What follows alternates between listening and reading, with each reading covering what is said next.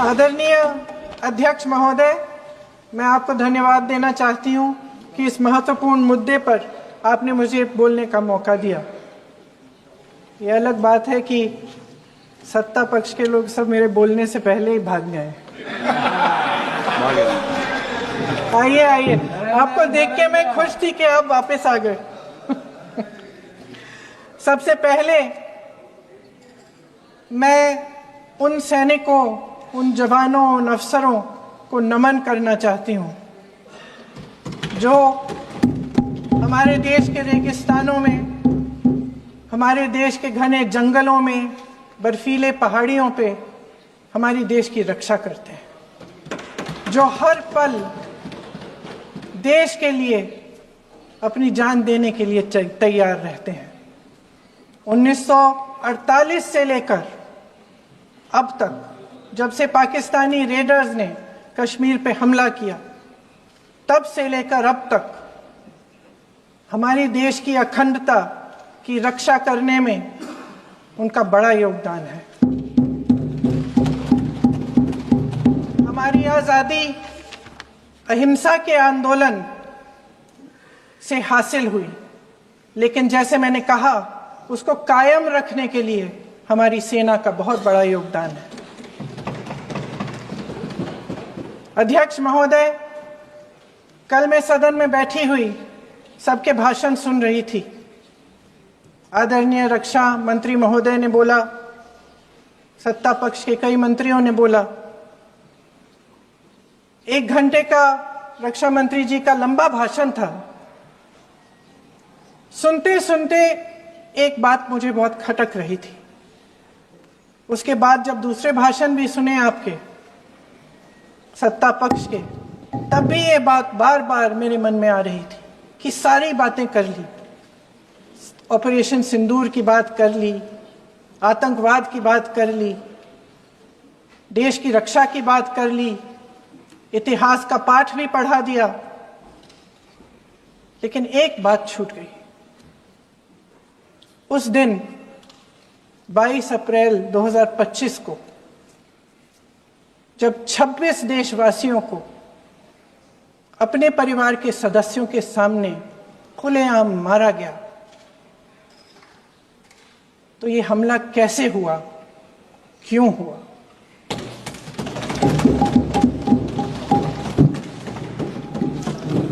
अध्यक्ष महोदय, ये लोग बैसारन वैली में, पहलगाम के पास कश्मीर में क्या कर रहे थे? आजकल पब्लिसिटी का दौर है, प्रचार का जमाना है। कुछ समय से हमारी सरकार ये प्रचार कर रही थी कि कश्मीर में आतंकवाद खत्म हो गया है, कि कश्मीर में शांति है, अमन चैन है। प्रधानमंत्री जी ने खूब भाषण दिए, देशवासियों को कहा कि चलिए कश्मीर चलिए, सैर करिए। कई बार मैंने ये भी देखा मीडिया पर, टीवी पर, कि कश्मीर जाइए, जमीन खरीदिए, अब वहां अमन चैन है, शांति का वातावरण है।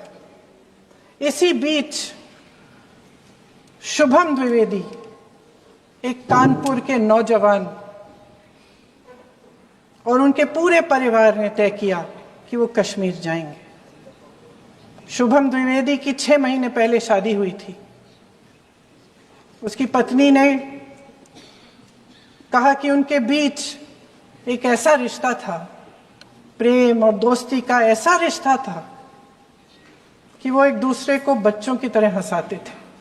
सोशल मीडिया पर एक वीडियो भी जारी है जिसमें पूरा परिवार एक साथ बैठा हुआ ताश खेल रहा है और ऐसे हंस रहे हैं कि उस वीडियो को देख के किसी का भी दिल टूट जाए कि इस परिवार को इस तरह से उजड़ने क्यों दिया हमने।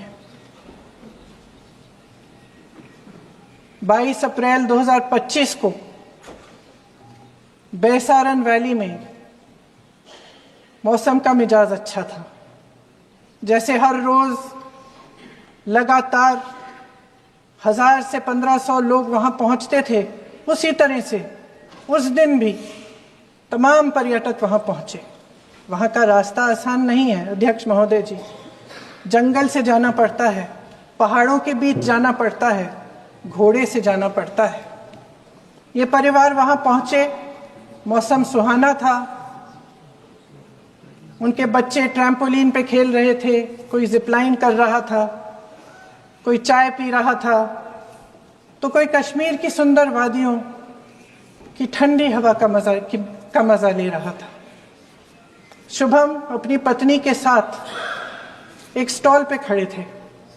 तभी अचानक 4 आतंकवादी जंगल में से निकलते हैं और शुभम को वहीं अपनी पत्नी के सामने मार डालते हैं। उसके बाद वे वहां से पूरे वैली में 1 घंटे के लिए लोगों को चुन चुन कर मारते हैं। किसी के पति को अपनी पत्नी के आंखों के सामने, किसी के पिता को अपने बेटे के सामने, चुन चुन कर 26 लोगों को मार डालते हैं। शुभम की पत्नी घबराकर वहां से भागने की कोशिश करती है, अपनी जान बचाने के लिए जंगल की तरफ दौड़ती है। वहां पता चलता है कि तमाम लोग जंगल की तरफ दौड़े हैं और अपनी जान बचाने की कोशिश कर रहे हैं। कोई अपने बेटे का हाथ पकड़ के पहाड़ों पर घसीटता हुआ जा रहा है, कोई कश्मीरी घोड़े वालों और गाइडों की मदद लेते हुए चले जा रहा है। कोई रास्ता नहीं है, कोई तरीका नहीं है, लेकिन किसी न किसी तरह से शुभम की पत्नी के शब्दों में किसी ऐसी शक्ति ने हमको बचा कर रखा कि हमें किसी न किसी तरह से हम अकेले नीचे पहुंचे। और मैं उनके लफ्ज पढ़ना चाहती हूं, क्योंकि उन्होंने कहा कि इस पूरे समय जब 1 घंटे के लिए चुन चुन कर भारतीय नागरिकों को मारा जा रहा था, इस पूरे समय उसे एक सुरक्षाकर्मी नहीं दिखा, एक सैनिक नहीं दिखा।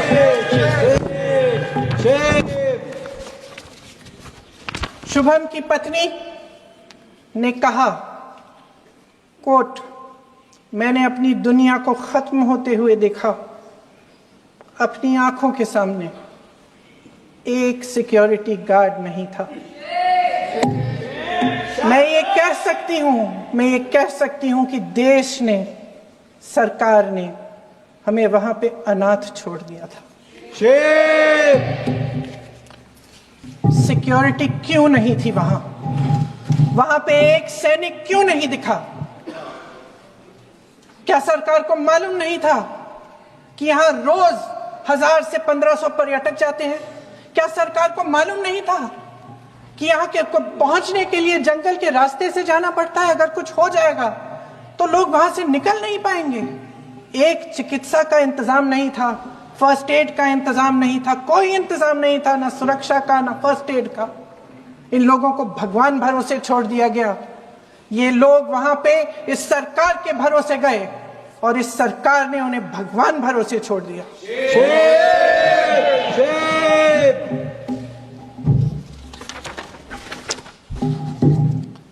मैं पूछना चाहती हूं, ये किसकी जिम्मेदारी थी? इस देश के नागरिकों की सुरक्षा की जिम्मेदारी किसकी है? क्या इस देश के प्रधानमंत्री की नहीं है? क्या इस देश के गृह मंत्री की नहीं है? क्या इस देश के रक्षा मंत्री की नहीं है? क्या एनएसए की नहीं है?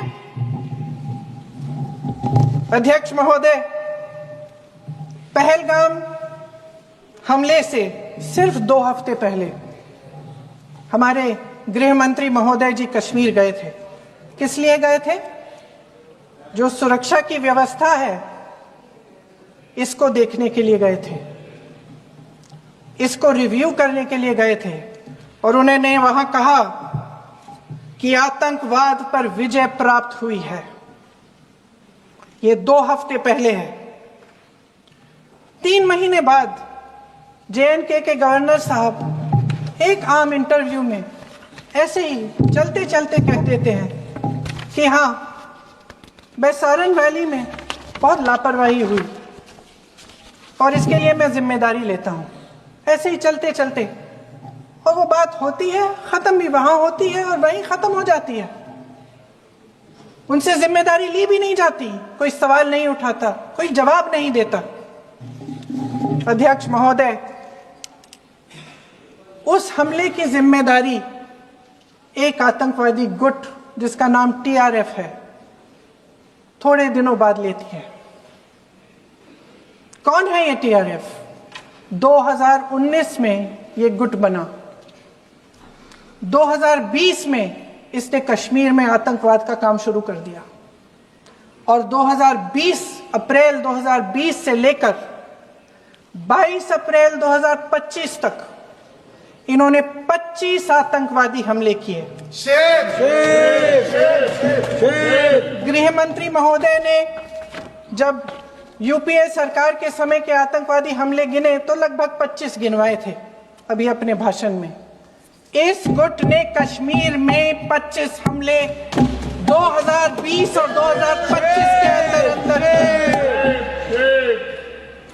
एक पूरी लिस्ट है इन हमलों की। मेरे पास इतना समय नहीं है इसलिए मैं एक एक को नहीं पढ़ना चाहती, लेकिन मैं इतना कहूंगी कि इनमें रियासी का हमला भी था 2024 का, जिसमें 9 लोग मारे गए और 41 लोग घायल हुए। कुल मिलाकर 2020 से लेकर 22 अप्रैल 2025 तक टीआरएफ ने 41 सेना और सुरक्षा कर्मियों की हत्या की, 27 सिविलियन की हत्या की और 54 लोगों को घायल किया था।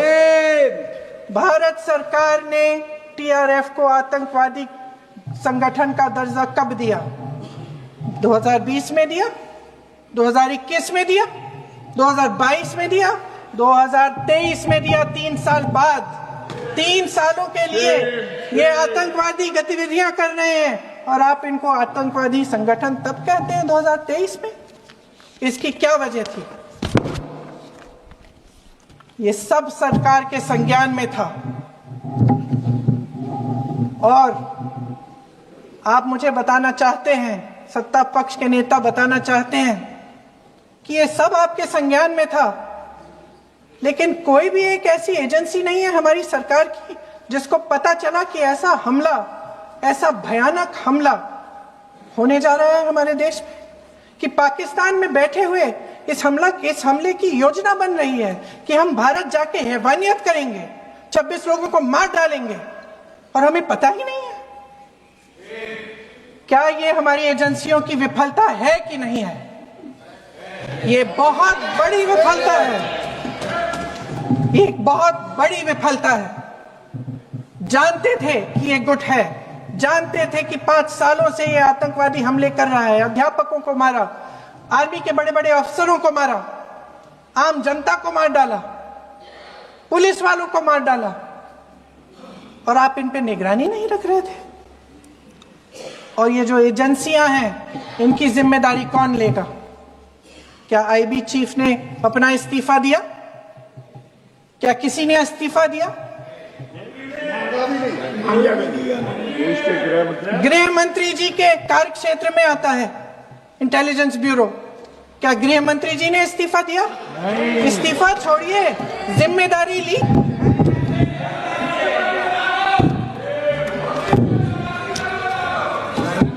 साहब देखिए, इतिहास की बात आप करिए, मैं वर्तमान की बात करना चाहती हूँ। आपको तो एक बहाना चाहिए, आपको तो एक बहाना चाहिए। पूरे परिवार का नाम गिनवा देते हैं। अरे अपनी जिम्मेदारी खुद लीजिए। 11 सालों के लिए तो सत्ता में आप हैं। अभी नेहरू को छोड़ नहीं रहा। कल माननीय गौरव गोगोई जी ने अपने भाषण में पूछा गृह मंत्री जी से, क्या आपकी जिम्मेदारी नहीं थी? मैं देख रही थी। राजनाथ जी, रक्षा मंत्री जी यूं यूं अपना सर हिला रहे थे, कुछ बोले नहीं। अंदर से ये महसूस हुआ होगा कि यहाँ कुछ जिम्मेदारी थी, लेकिन माननीय गृह मंत्री महोदय जी हंस रहे थे, वे हंस रहे थे।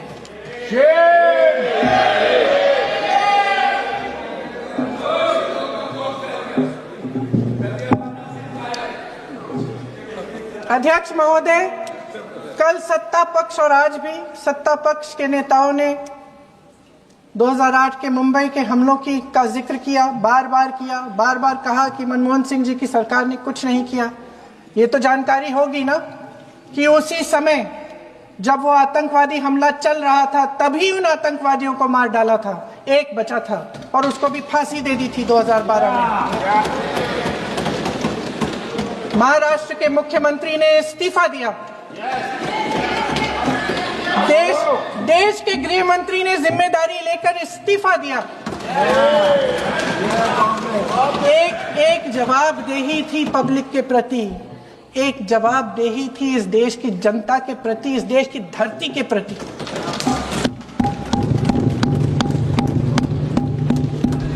राजनाथ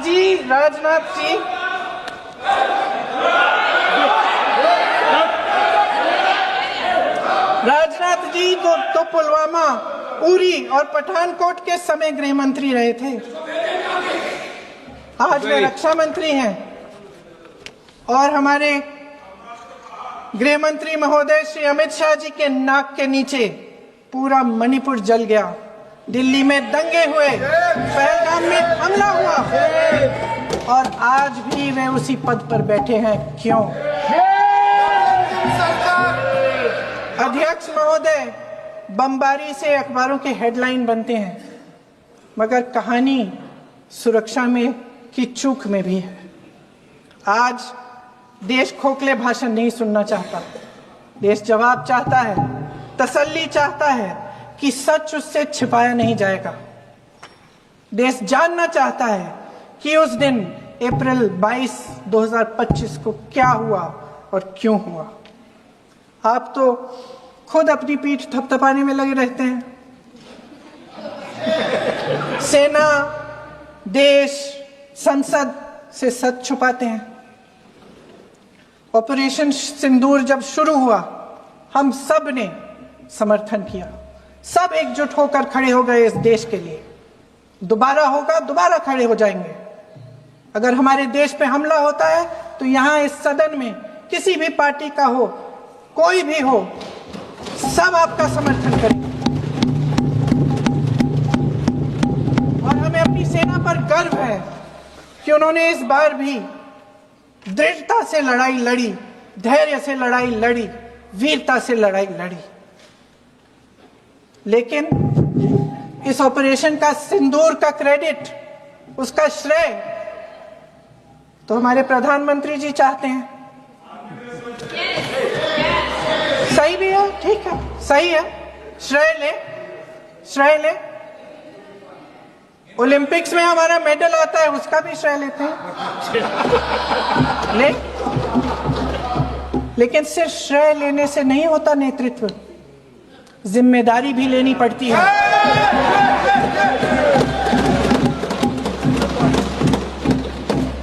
देश के इतिहास में ये पहली बार हुआ, देश के इतिहास में यह पहली बार हुआ कि जंग होते होते ही रुक गई है जी। और इस रुकावट का ऐलान हमारी सरकार, हमारी सेना नहीं करती, अमेरिका के प्रेसिडेंट करते हैं, अमेरिका के राष्ट्रपति करते हैं। ये हमारे प्रधानमंत्री महोदय की गैर जिम्मेदारी का सबसे बड़ा प्रतीक है। आज गृह मंत्री जी ने इस बात पर उल्लेख किया। उन्होंने कहा, उनके शब्दों में उन्होंने कहा कि पाकिस्तान के पास शरण में आने के बजाय कोई चारा ही नहीं था। आपने शरण दिया क्यों? वो आते हैं आपके देश के अंदर, लोगों को मार डालते हैं और आप उनको शरण दे रहे हैं। क्यों दिया शरण?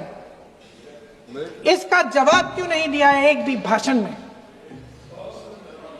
जैसे ये बात उठी, शरण की बात की, हमारे गृह मंत्री जी ने इतिहास में चले गए।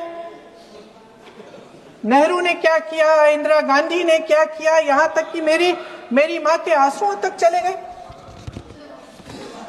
लेकिन इस सवाल का जवाब नहीं दिया कि ये सीज फायर हुआ क्यों, ये जंग रुका क्यों, और तब क्यों रुका जब दुश्मन के पास कोई चारा नहीं था हमारी श्रेय में आने के बजाय।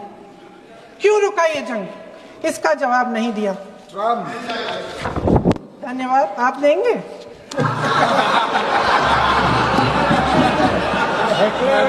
मंत्री देना भाई, देना। आपको टाइम मिलेगा तो, टाइम नहीं मिलेगा आपको शायद। वैसे महोदय, मेरी माँ की आंसू की बात किए, मैं इसका जवाब देना चाहती हूँ। मेरी माँ के आंसू तब गिरे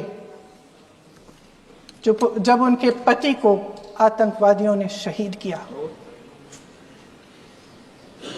जब वे मात्र 44 साल की थी। और आज अगर मैं इस सदन में खड़ी हूं और उन 26 लोगों की बात कर रही हूं, मैं इसलिए कर रही हूं क्योंकि मैं उनका दर्द जानती हूं, महसूस करती हूं।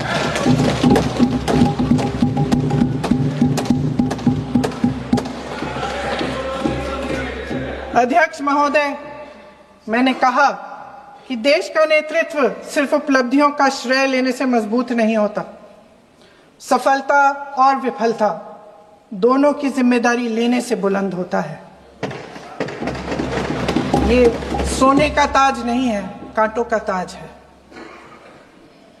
अध्यक्ष महोदय, जब सरकार झूठी और कायर हो तो वे बहादुर से बहादुर सेना के साहस और पराक्रम को भी कमजोर कर देती है। देश को प्रतिशोध के साथ साथ सबके प्राणों की रक्षा का प्रण चाहिए। सेना की शक्ति के साथ सरकार की सच्चाई भी चाहिए। महान देशभक्त शहीद इंदिरा गांधी जी, जिन्होंने सफल कूटनीति के बल पर अमेरिका के राष्ट्रपति निक्सन का मुकाबला करके पाकिस्तान का विभाजन करवाया, बांग्लादेश बनाया, 1 लाख पाकिस्तानी सैनिकों को आत्मसमर्पण करने पर मजबूर किया, उन्होंने कभी इसका श्रेय लेने की कोशिश नहीं की। ऑपरेशन सिंदूर का मकसद अगर पाकिस्तान को सबक सिखाना था तो शायद ये मकसद अभी अधूरा है, क्योंकि हमारी कूटनीति विफल रही है। इसका प्रमाण यही है कि ऑपरेशन सिंदूर के बाद एक पाकिस्तानी जनरल, जिसके हाथ खून से रंगे थे, अमेरिका के राष्ट्रपति के साथ बैठकर लंच खा रहे थे। अगर ऑपरेशन सिंदूर का मकसद आतंकवाद को खत्म करने का था तो पाकिस्तान को संयुक्त राष्ट्र के आतंकवाद विरोधी समिति का अध्यक्ष चुने जाने से इस मकसद को धक्का लगा है। इसकी जिम्मेदारी कौन लेगा? क्या हमारे प्रधानमंत्री लेंगे? क्या उनमें ये हिम्मत है? नहीं है। अगर इस ऑपरेशन के दौरान हमारे जहाजों का नुकसान नहीं हुआ तो सदन में इसे साफ साफ कहने से क्या डर है? क्यों नहीं कहा है? कल भी रक्षा मंत्री जी ने कहा कि हमारे इंफ्रास्ट्रक्चर का नुकसान नहीं हुआ, तो जहाजों के बारे में भी बता दें, साफ साफ बता दें, क्या हर्ज है? सच्चाई तो है। सवालों से बचने के लिए ये सरकार हमेशा प्रयास करती है। इसकी राजनीतिक कायरता बेमिसाल है। देशवासियों के प्रति जवाबदेही का एहसास ही नहीं है। सच्चाई ये है कि इनके दिल में जनता के लिए कोई जगह नहीं है। सब राजनीति है, सब पीआर है, सब प्रचार है, सब पब्लिसिटी है। देश की जनता के लिए आपके हृदय में कुछ नहीं रहा। बहुत समय हो गया है आप इस प्रचार में ही लिप्त हैं, जनता को देख नहीं पा रहे हैं।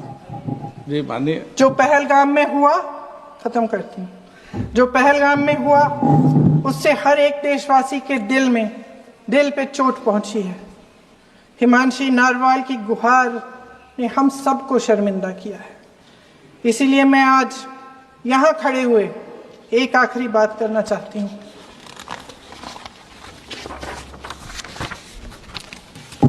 इस सदन में लगभग सभी के पास सुरक्षा है, सुरक्षा की व्यवस्था है। हम जहां भी जाते हैं हमारे साथ सुरक्षा कर्मी आते हैं। आपको भी मिल जाएगी, आप मंत्री बन जाएंगे, आपको भी मिल जाएगी। मैं मजाक की बात नहीं कर रही हूँ, थोड़ा सा धैर्य रखिए। उस दिन पहलगाम में 26 परिवार उजड़ गए। 26 लोगों को अपने परिवार के सदस्य के सामने मारा गया। 26 बेटे, पति, पिता गुजर गए। उनमें से 25 भारतीय थे। भारतीय थे।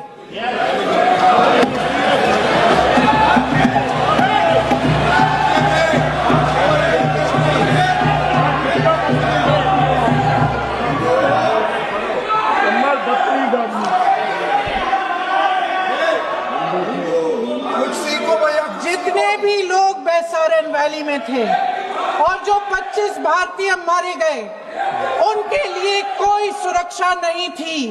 कोई सुरक्षा नहीं थी। आप कितनी भी ऑपरेशन कर डालें, आप इस सच्चाई के पीछे छुप नहीं सकते, इसे नकार नहीं सकते।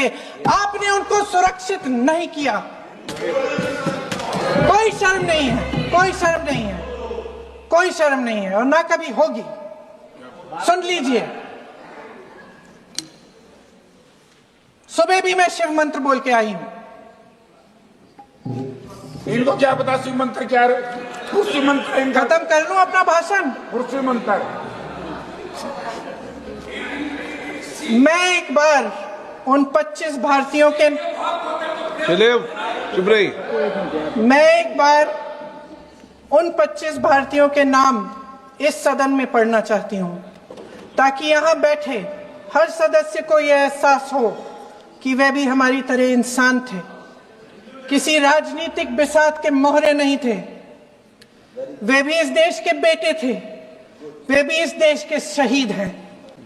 उनके परिजनों के प्रति हम सब की जवाबदेही बनती है। उन्हें सच्चाई जानने का हक है।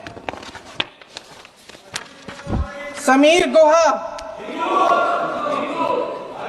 भारतीय, बिट्टन अधिकारी, मनीष रंजन, हेमंत सुहास जोशी, विनय नारवाल, सुशील नथनियल, अतुल श्रीकांत मोने, सैयद आदिल हुसैन शाह, नीरज वानी, एन रामचंद्रन, संजय लक्ष्मण लेले, माननीय प्लीज दिनेश अग्रवाल, दिलीप दिल से, प्रशांत कुमार सतपति, JS चंद्रमौली।